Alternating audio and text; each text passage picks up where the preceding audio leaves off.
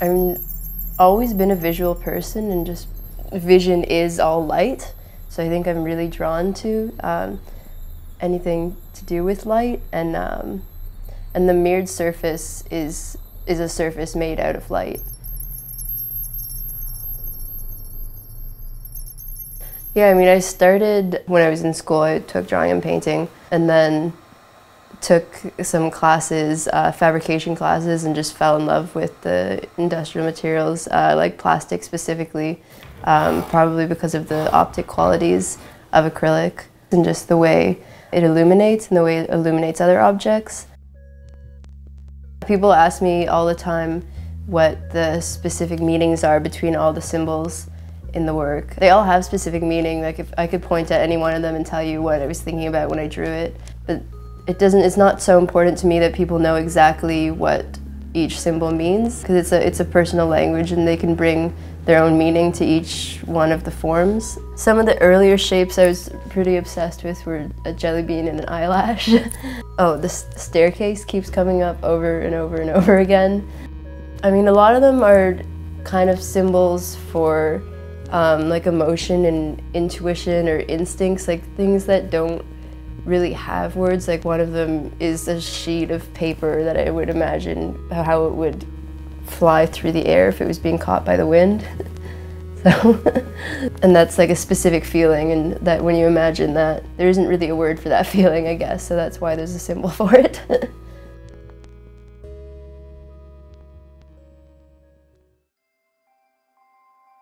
I think people are naturally drawn to light. Like, if you're in a dark room and there's a light source, or if you're in the woods and there's a fire, your eyes automatically go to the source of light.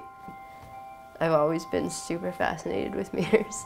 Like, I remember like being a really, really small child, and like for the first time at my grandparents' house, they had this like mirror with like the two wings, and then you can adjust the wings to kind of like see behind your head and stuff, and then like going in there and then closing the two wings behind my head, so you're like in a little infinity box of mirrors, and just blowing my mind. This is the art hut. I've been doing a residency here for the past 10 days. So in this show I was kind of trying to distill, like find all the elements of a plaza and distill those elements. So all plazas need to have a water feature. This one